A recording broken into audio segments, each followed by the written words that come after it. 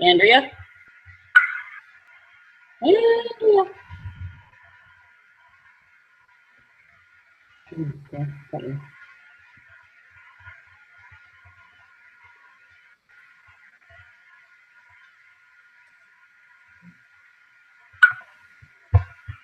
Can you hear me now?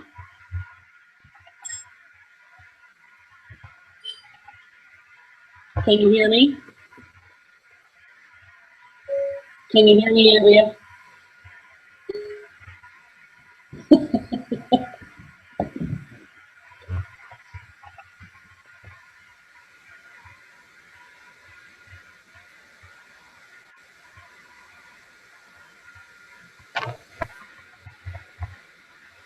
Okay. Can you hear me now? I can hear things.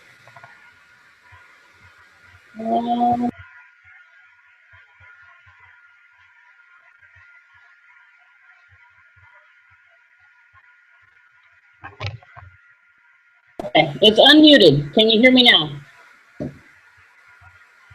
Check the top and see if you're muted. No, I'm not, and I can hear. It's telling me I'm talking. And it says I'm live.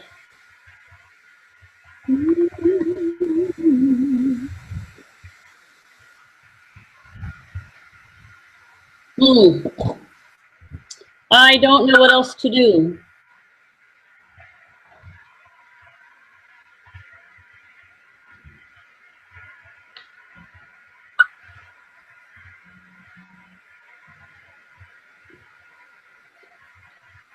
And I'll be good. Can they see me?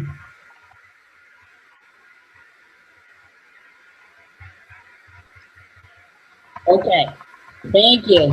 Hi, everybody. I am sorry about the delay. As you all know, that it's not my cup of tea. I can buy houses, but I can't run a computer. So tonight, our topic is property management. And so we're going to talk about that. One of the first things you need to know about property management is that when you are buying and holding properties, that's a good friend of yours. If you only have a few and you're managing yourself, that's fine. But if you get very big, you probably aren't going to be able to do it yourself. And if you really want hands off, you don't want to do it yourself either. So you're going to have to find a good property management company. So one of the things you want to do with that is you definitely want to interview as many as possible. Get references from tenants and the owners so that you can interview these people and find out their thoughts. Because a tenant's going to give you information on how they respond to work orders and any kind of issues they have, and if they're nice to them, those kind of things. A lot of people, customer service is a very, very big deal. So they don't want somebody that's curt. And as we all know, there's better ways to deliver a bad message without being mean about it. So it's nice to have somebody that strives to do that. So that's a very important thing. Also with the owners, you want to know when they're getting their money, if they're being nickeled and dimed, which meaning there's excessive charges or charges they haven't even approved, anything that is out of the ordinary. You want to know other things like how they treated your tenants, how long your tenants stayed, what condition your units were in when those tenants moved out. Those are just kind of things that you want to know. You want to know the vacancy rate that they're having for their entire company, and if they're really big or if they're on the smaller side. My experience tells me that if they're on the smaller side, they still have more of a personal touch instead of being so big they don't even know who's walking through the door. One of the things I like about our company is we are small enough still that the staff personally knows all the tenants and the owners. And, you know, being a family thing, I think that's important for us, and that's what we deliver. The other thing, you want to know if these people are tenant friendly, or are they more focused on the owners of their units. A lot of people will just rent to anybody if they don't care, if they just want to collect their money. And if they care about that property, they're going to be a little more selective. Just talking about the property management company in general, you want to know how many evictions they've had, how frequently they are. Do they do a month-to-month lease, or do they do an annual lease? Of course, you want to find out what their fees are. Do they have a re-leasing fee if the tenant is there more than a year, or not? What kind of extra charges? Do they want to hold a lot of your money in the kitty in case there's repairs and things that need to be made? Because you really don't need to have a whole lot of money in there unless you have a bigger complex. But you know, most places do have you put some money in there. So those are things that you definitely need to consider when you're talking to them. Everybody, I can tell you, everybody does it a little bit different. So you're going to have to ask those specific questions. Now, most of them, or at least the ones I know, they will let you set a repair limit for your properties. And if there's anything that's going to exceed that number, then they have to call you and get permission. But make sure you ask what that permission, what it is they're wanting to do. Just don't say, hey, we've got some water damage. Can we fix it? It's going to be over your $150. Because if they hire someone, a professional company, you could be talking $4,000 versus $250, depending on what the issue was. So make sure you ask a little detail about that. You want to know how quickly they turn over their units. Do their units sit vacant for a long time in between tenants, or do they get them rented fairly quickly?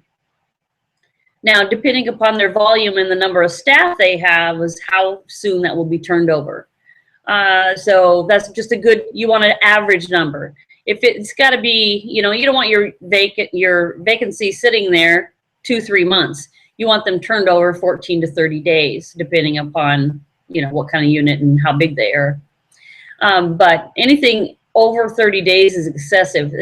They're even, you know, anybody should be able to turn it over in 30 days. We have people doing fix and flips in 30 days.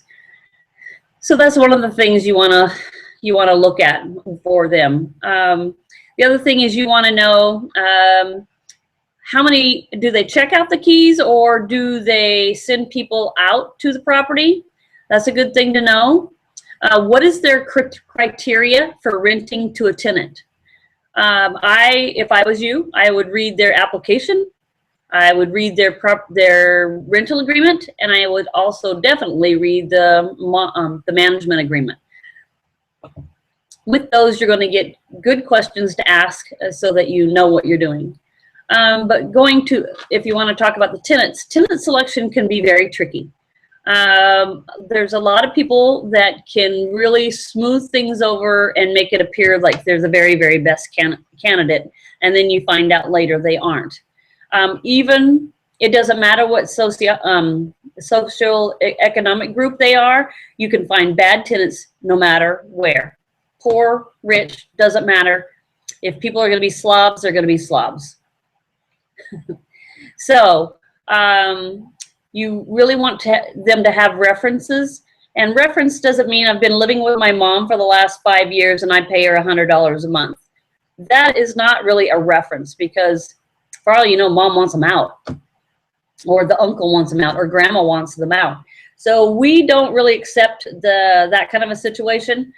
But you do want to, even if they are renting from a real manager or a personal person, most of the time we've had better luck if we call the second person. And believe me, the current landlord may tell you a whopping story just to get them out of their house, because that is the cheapest way to do it.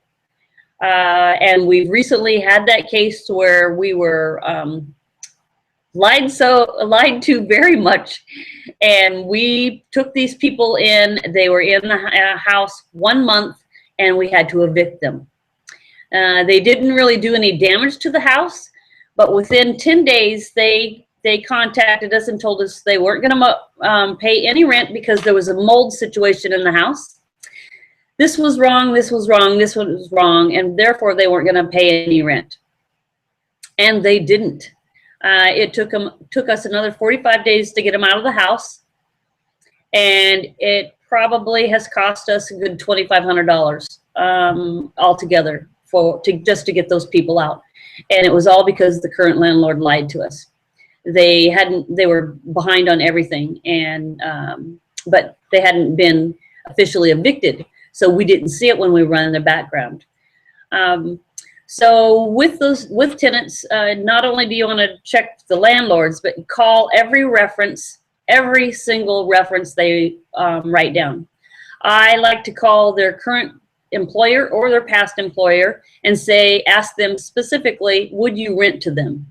And those type of people usually don't tell you a fib because they know that person's never going to find out that you're telling them that. But you got to ask those, you got to call those people. Sorry.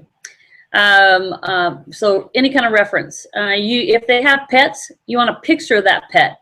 We make them bring the pets into our office and we meet them. Other things for tenants as far as screening. Let's talk about screening first. Always do a criminal background check and a credit check. The credit check, you're looking at who are they in collections with, how many collection accounts do they have, and what their credit score is. We could really not care less, but we really don't put so much into the number that they are on, the number of their credit score. We really are looking for patterns of who do they owe money to. So if they owe money to the electric company, the heating company, another property manager that they're in collections with, an apartment complex, even like their Comcast or some other kind of cable company, those are all red flags. Medical is usually with that you see a pattern. So maybe something happened and there's like 5-6 months that there's bad things, but then it cleans up again and it was clean before. Typically that's something happened in their life. But if they are in collections with a lot of people and it looks like it's like utilities and other payments, and not like their JCPenney's or their Sears or their Macy's card or those type of things, that means that they're not managing their money well. They're definitely paying where they can go play and buy clothing and toys and, you know, extra goodies they don't need to buy if they're not paying their rent. But their staples, they're not paying. That's a red flag, and we don't rent to them. Another thing you want to need to make sure that they, when you're screening them, that their income is the right number. You don't want to put somebody in a house that can barely afford the rent and they can't feed their kids. So we require 3 months or 3 times the rent rate in order to qualify for the house. Otherwise, they won't be able to pay the utilities, the car payment, and the rent. So really look at those numbers. And then a lot of people nowadays, you see a lot of subsidies, so that they'll have a Pell Grant. Well, Pell Grants are only good for 3 months. So what are they going to do after that 3 months? You can't guarantee that they're going to have any other income. And the same thing with a few other grants that they'll get from the state or some kind of agency that'll help them cover their deposit or help them pay for the first 3 months or the first 4 months. You really need to be careful with that, because after that runs out, then what are you going to do? Because they have no income. They're getting food stamps and they're getting $100 and whatever dollars it is for income for the month, and there is just no way that they're going to be able to make it after that limited income is gone. So you got to really look at those numbers. A lot of times they'll want to claim their child support. We really don't want to include that either, because you never know when baby daddy is going to get thrown in jail, and there you go, and you're not going to have any child support. They're not going to have any child support to pay the rent. And then also, I do know of people that have that have absolutely quit their job. Sorry, I've got to plug in. They've got to quit their job so they don't have to pay child support anymore. So people do that, even though you'd like to think it's a perfect world and everybody is, everybody tries to do good. We all know there's people out there that like to take advantage of the situation. So you just need to be careful. I tell my staff, we have to screen these people. So when they come in, what do they smell like? What do they look like? What does their car look like? How are they dressed? How are the kids behaving? If the kids are running all over the office and grabbing things and like we've seen them do, just grab like if there's a bowl of candy, they'll just grab it and start throwing it around and tossing things around. You might want to think about that, because typically that kind of a situation is the kids aren't watched very well, and you'll have writing on the walls. You have objects being put down the sinks and the toilets and the tubs, and all that will come back to cost your owner a lot of money. So be careful when you're seeing that. Hey, I just want to say, Andy Sager wanted me to have a nice backdrop tonight, but I didn't do that. So I wanted to the picture right behind me. I painted that. There you go, Andy. Anyway, back to our subject. Property management, like anything in investing, has its risks. So if you're buying and holding, it's good to have a good company that's looking after your property, because they're the ones that are taking care of it. Especially if you're an out-of-town investor, you really need to know that somebody is watching your property. One thing that you want to know is, do the property management company, do they do interior inspections? Do they do drive-bys of your house? Here in Washington, interior inspections can be done legally twice a year. Now, we do it a little differently. We do drive-bys once a month of all of our properties. If we see anything out of ordinary, we go in. We send them a notice and say, we're coming in to look at the inside of the property. And so far, we haven't had really anybody challenge us on that.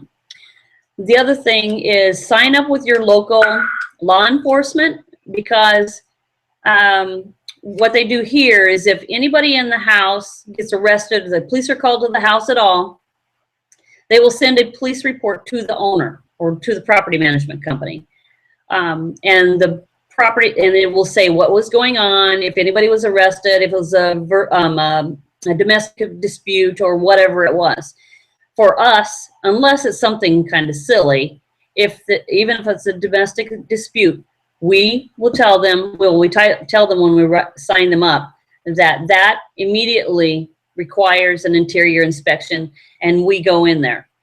It's, of course, you have to give them 48-hour notice to go in, but you got to do that. They need to know you're watching. I have had people call the office and say, it's going to be moved, it's going to be moved, before I get back to the office, because I took a picture of a car that was on backs in the driveway. We don't allow that. Any of those things in your contract, and you need to know what those are. If the tenant is not following that, then they really need to be educated, for one, or they need to go, depending upon the problem. And it's really hard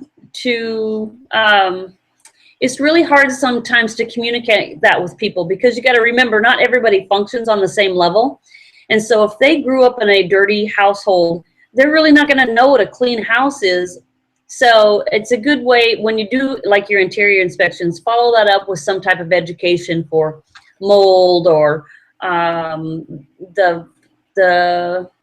to change the batteries in the smoke detectors, or keeping things away from the heaters, or different things, especially to your community or your environment, your location, to the tenants of how to do that. Here in the Northwest, it's pretty damp, so people piling clothes up against a wall is not a good thing, especially in the older homes, because it draws in moisture and then you start getting mold. So we'll send them some mold education, or we'll send them things not to put down the dishwasher, disposal because it gets clogged up and then you're there. Just other tricks, you know, just to help educate them on how to keep a better house. The other thing you want to do is if you do an interior inspection and you need to ask a property management company is when they do an interior inspection for your tenants, how do they follow up? Do they send them information? Do they go back and check to see? What is it that they do? Now here, if we go in and we find out there's a lot of damage or the house is a mess, I'll use this one house for example. We went in there, they hadn't been in there very long, but they had a problem. So the maintenance man went in and he saw that there was an issue. He took a picture of some dog poop on the floor and a pile of laundry that was near the cadet heater, which is a wall heater. So we made an appointment to go inspect. And we got there and their dogs had tore up the yard. They'd only been there a couple weeks, remember. So there was holes in the yard and there still was piles of clothes around. And so we did educate them. We gave them 30 days to comply. If they don't comply within that 30 days, because you should have enough time to kind of educate them within that period of time, and then they have to go and they'll be evicted. But you'd want to really know if your property management company is following up with people and that they're taking a good job taking care of your property. If you're driving by or they're driving by and the grass hasn't been mowed the entire, like now it's May and the grass is 2.5 feet tall, you want to know not only why hasn't the lawn been mowed, but why hasn't the property management company checked up on them? That is their job, and make sure that's their job. I don't know what other companies in other areas do, but here people do that. They do drive by their properties and make sure everything's okay. So those are probably the biggest highlights that people have. I'm going to have to bring you guys up so I can see you. But the things you really need to do is you just need to make sure they're not bad people. If people have had a felony or an eviction, don't rent to them. If they've had one eviction, they're going to do it again. And I can tell you that from Hard Knocks, the school on the Hard Knocks. We've been doing this for 6-7 years. And people that, you know, when we started, we listened to a lot of the stories that people have. And if you've been doing this for any amount of time, you know that people can tell a good story. So everybody has a story, and you better make sure you check the details on that because you'll get taken in. And so we've given a couple people chances with that kind of thing. And I can tell you, it was the worst thing we ever did because once evicted, they're almost always evicted. Now, occasionally there's a situation to where, you know, you got to find out the particulars because banks sometimes, if it's a foreclosure, will evict somebody. And, you know, if something like that, I probably wouldn't, we probably wouldn't hold that against them. But always find out about it. Find out what the deals are. All that is public record, so you can find out more information. Let's see. I'm going to try to get over here so I can talk to you guys a little bit. Now, I would suggest that if you are buying properties and you're getting fairly new at this, I would manage a couple of your own for a while. You're going to learn a lot of things about that, and it's really best if you do know all the hands-on, so that you can answer those questions, and so that if you go with a company and if you're looking at your bill and things are not right, then you know that you're on top of it, and you say, no, I don't think so. I don't even have a garage at that house. You know, there's things that you have to pay attention. So property management can be can be very busy. It is very busy, especially if you have any lower end. A lot of people are a little more entitled in that area, and a lot of times the housing isn't quite as good, so they'll have a lot more issues as far as maintenance is. But on the majority, I mean, it's really the 80-20 rule. Most people are okay, and then you have your few problem child, children, just like you would in any other thing, just like you would at work. Let's see, there we go. Okay, sorry about that.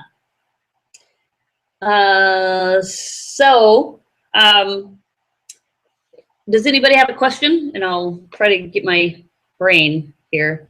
Okay, one of the other things you might want to consider when you're doing property management, if you start your own company, and let's say, well, we started with 6, and then we went up and up and up and up, and we got to about 40 units, and it was just a little bit too much for one person to handle. So then we started managing. We got another staff member. We started managing, and the thing about it is, if you have your own company, you can always find houses and sell them to other investors and add them to your portfolio so that you're getting more income.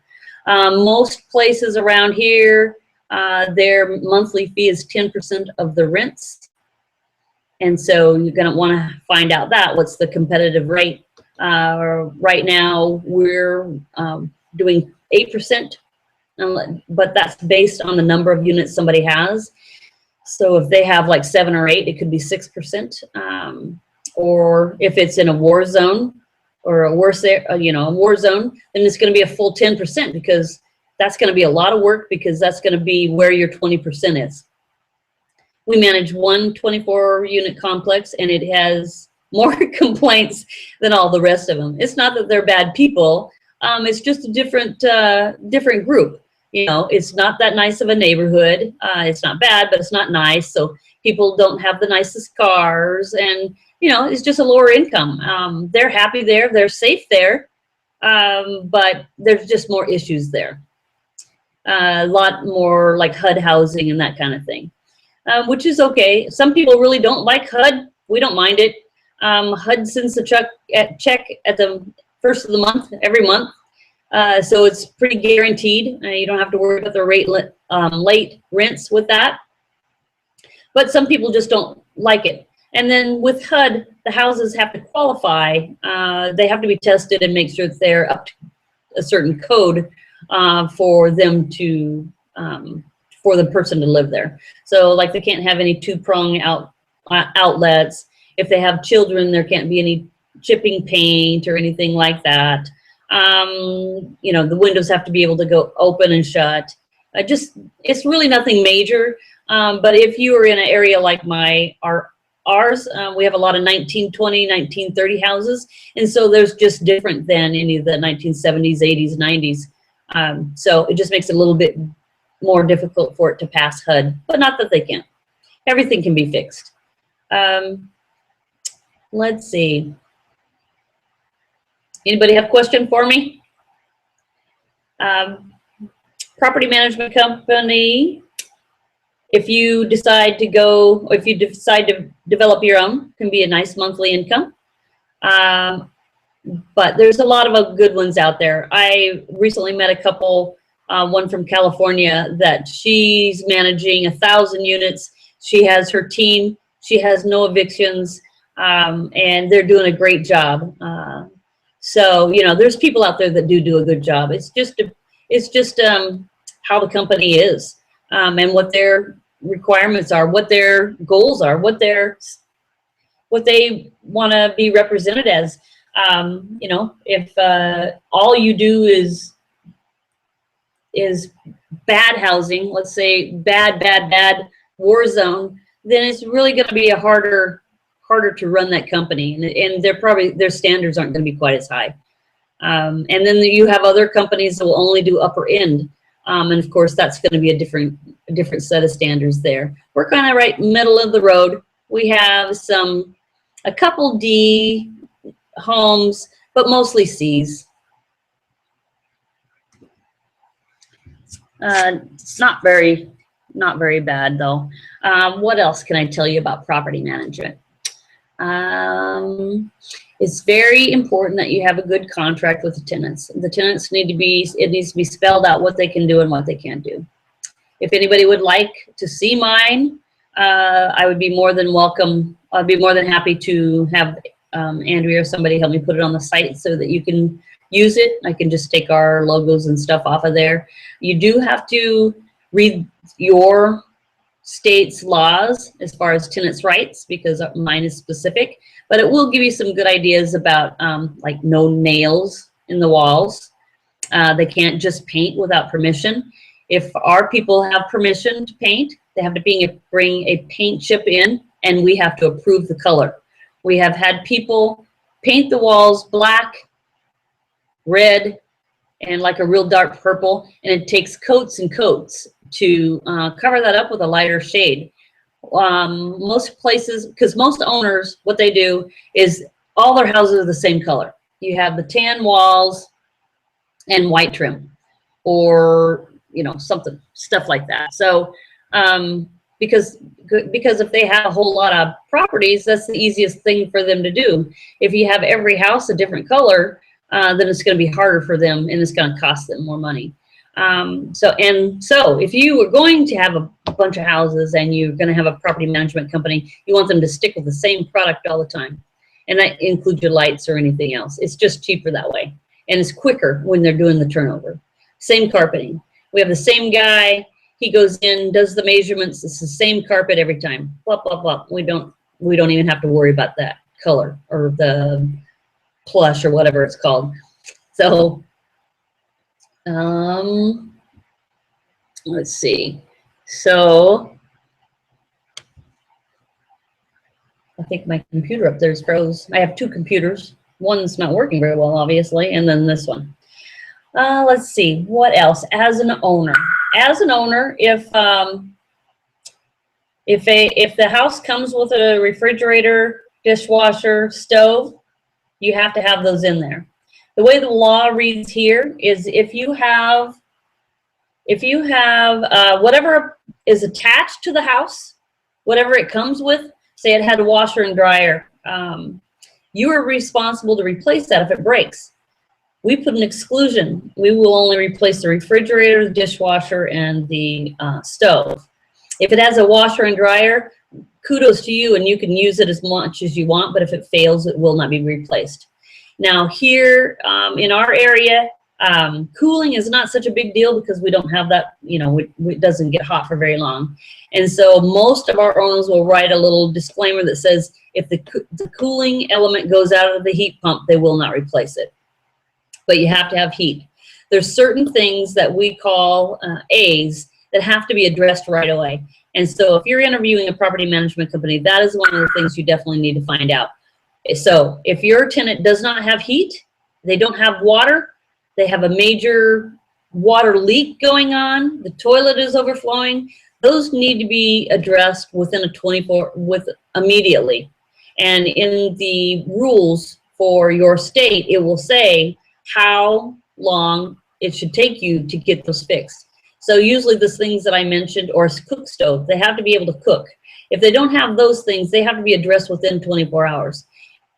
Other things go to 48 hours, and then other things need to be fixed within 14 days in our state. So you definitely want to ask them what that is and what their usual turnaround is. Okay, hi Dan. Dan says, do you have people requesting painting every second year?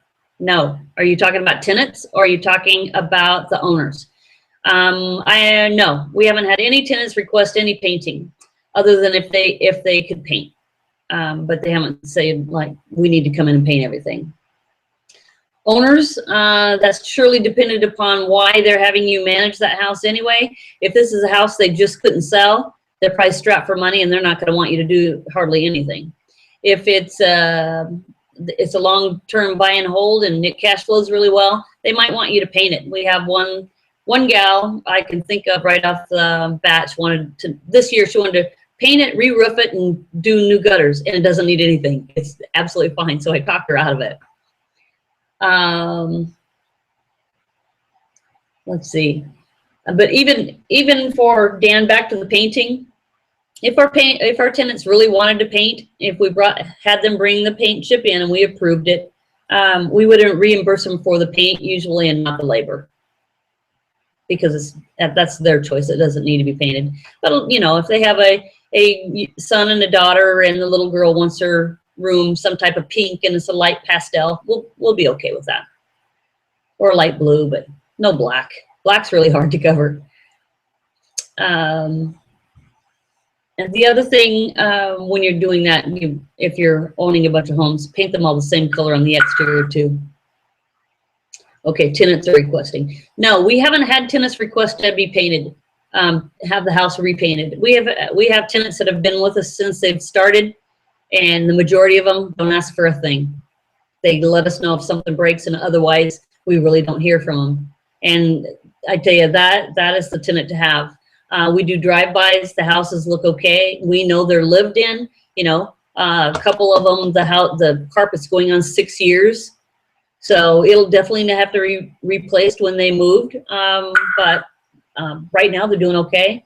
When we do an inspection and we see that something is worn out, like say the vinyl on the entryway, you know, if it's all beat up and it's just age or whatever, we'll go ahead and replace it.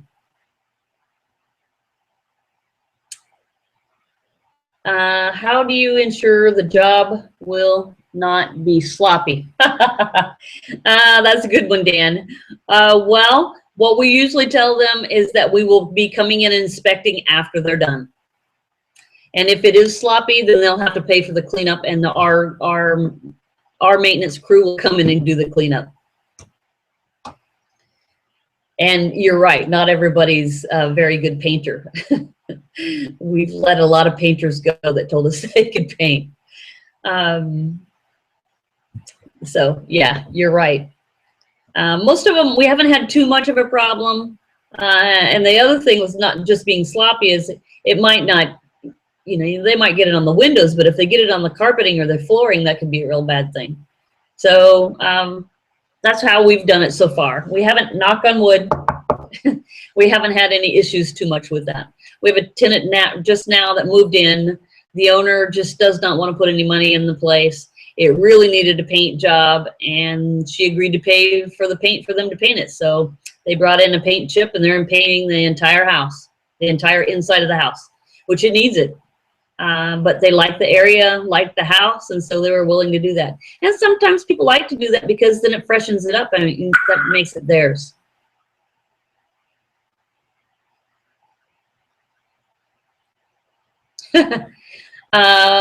So you're using painting as a negotiation tool. So to make them stay, to try to get them to stay, is that what you're doing?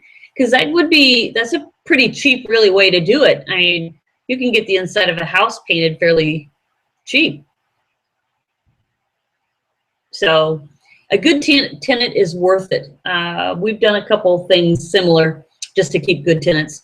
We had one tenant that she was an older gal. She couldn't make it up and down the stairs anymore, but we didn't want to leave her or let her go. So we moved her into a ranch style home, and she stayed there for 6 years. You know, she paid the bills on time. House looked nice. So, you know, you got to work with those good tenants that you have, because they're not that easy to find a lot of times. And then again, it doesn't matter if they're rich or poor. You have good tenants everywhere and bad tenants everywhere. You know, there's nothing like going into a house of somebody that doesn't have a lot of income, and the thing is just beautiful.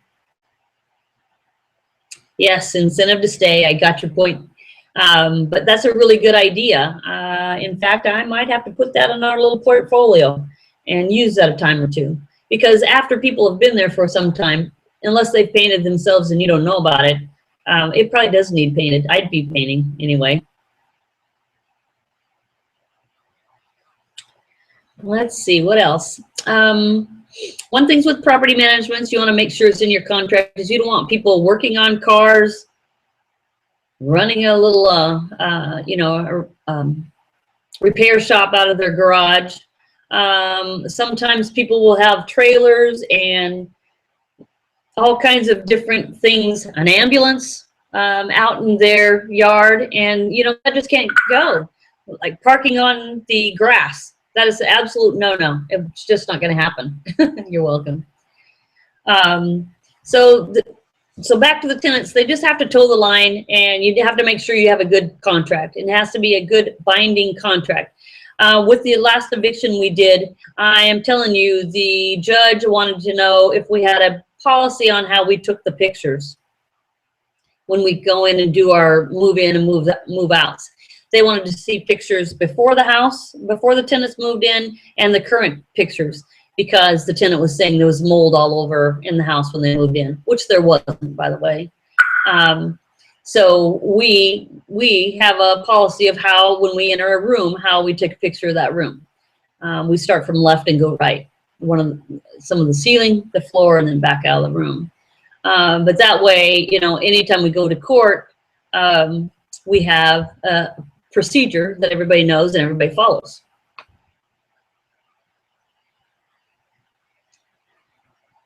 Yes, landlord and tenant laws.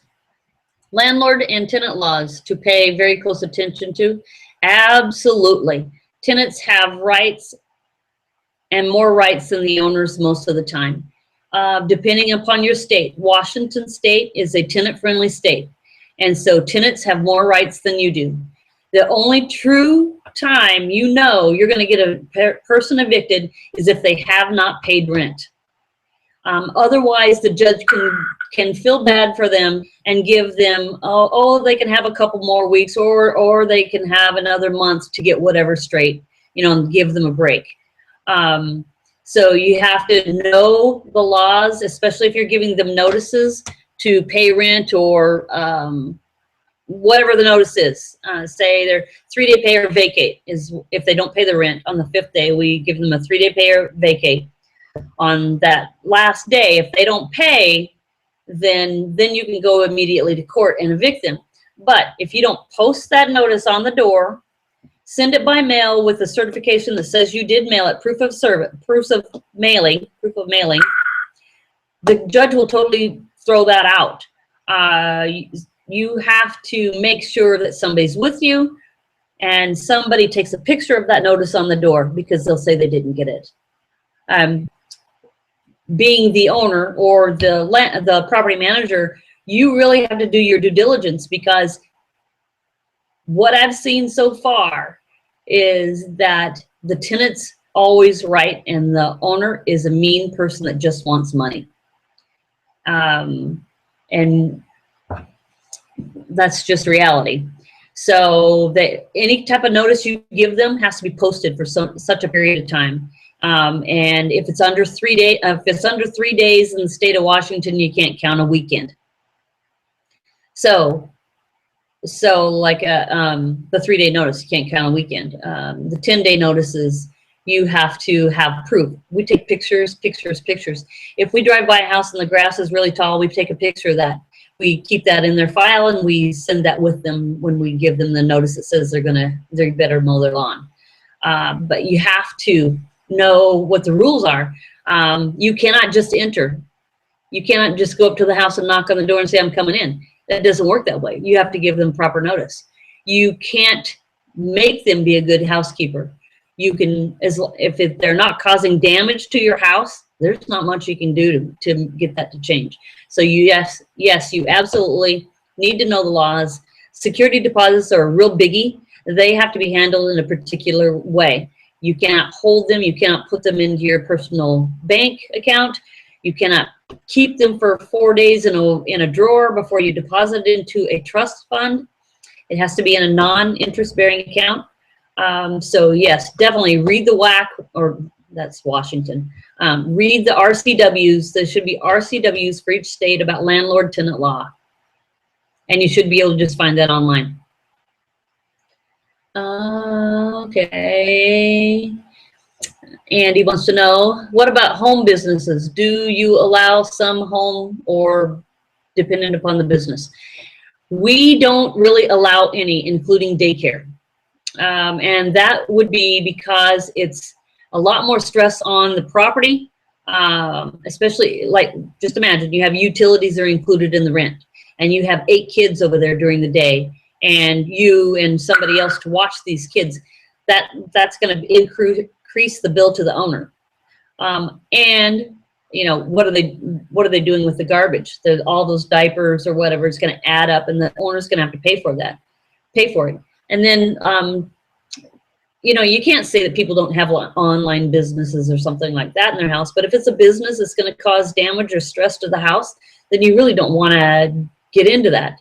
Like marijuana, for heaven's sakes, has just got legalized here in the state of Washington. We went to a big meeting about it, and they can't grow it. If you find out they're growing it and a neighbor can see it, it's against the law, and they'll confiscate it and arrest them.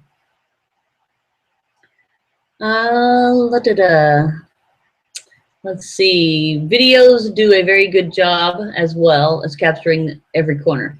Yes, absolutely. We haven't used any videos, but I just ordered another flip video camera that my staff can take with them to video. You can do it on any cell phone though. Another quick point with a cell phone is if you're going to take pictures, interior pictures of the house, if you flip this puppy over on silent, they can't hear the click of you taking a picture. I know that sounds like you shouldn't be doing that, but people get really nervous when you're taking pictures. But if we see issues, we snap a picture for sure. So yeah, Dan, that's a good idea. I will have to ask you, Dan, if you can answer me back. Do you do that after your tenants move out to capture the move out pictures?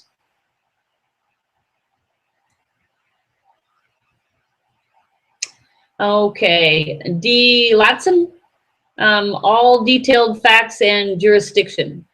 Please explain a little bit more. I'm not quite sure what you mean.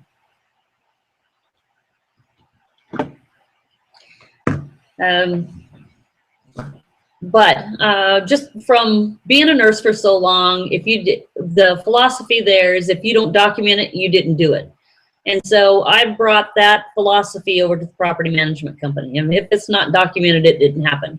So staff knows that even if they have a conversation with a tenant on the phone, that is to be documented in their file.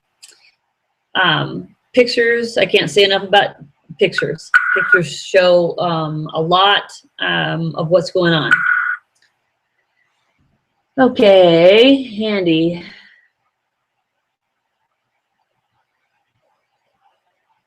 Okay, Andy wanted to know about the computer-based businesses. Yeah, there's not much you can do about that unless they are, you know, filling up every room with product that they're shipping. Then you might have an issue.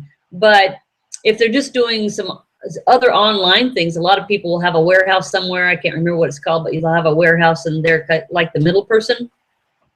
You know, what are you going to do about that? I guess I have a business in my house too. I buy real estate and sell real estate. So it just depends on what it is. If you have somebody that's doing a repair shop in your garage and out on the yard and parking, you know, they've got 17 cars parked around there. You don't want that. That's going to ruin the grass. Then the neighbors aren't going to like it. And even if they work for a towing company, they may have a huge tow truck. Well, what's that going to do? You know, how are the neighbors going to like that if they're taking up all the parking, and where are they parking it? So it really depends upon the property and what you want to allow there. Let's see. Okay, Dan wants to say that his property manager does use a video. I think we'll probably start doing that because it really does show a lot more than the pictures because it's all in one. Can kind of get a better idea. You guys know. I don't have to tell you.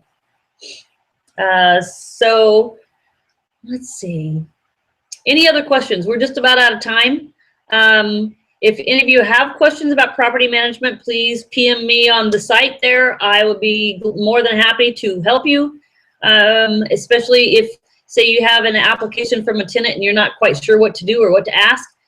Just give me a holler. I'll definitely help you if I can. We all learn from the School of Hard Knocks, and I believe in passing it on. So if I can help, please let me know. Well, you guys, it's been wonderful. I really love talking to you on the IE here. The IE site's great. And I got some more daily wisdoms coming out here soon. So I hope to see you guys all soon. Everybody have a great rest of the May, and let's go make some money. Bye, everybody.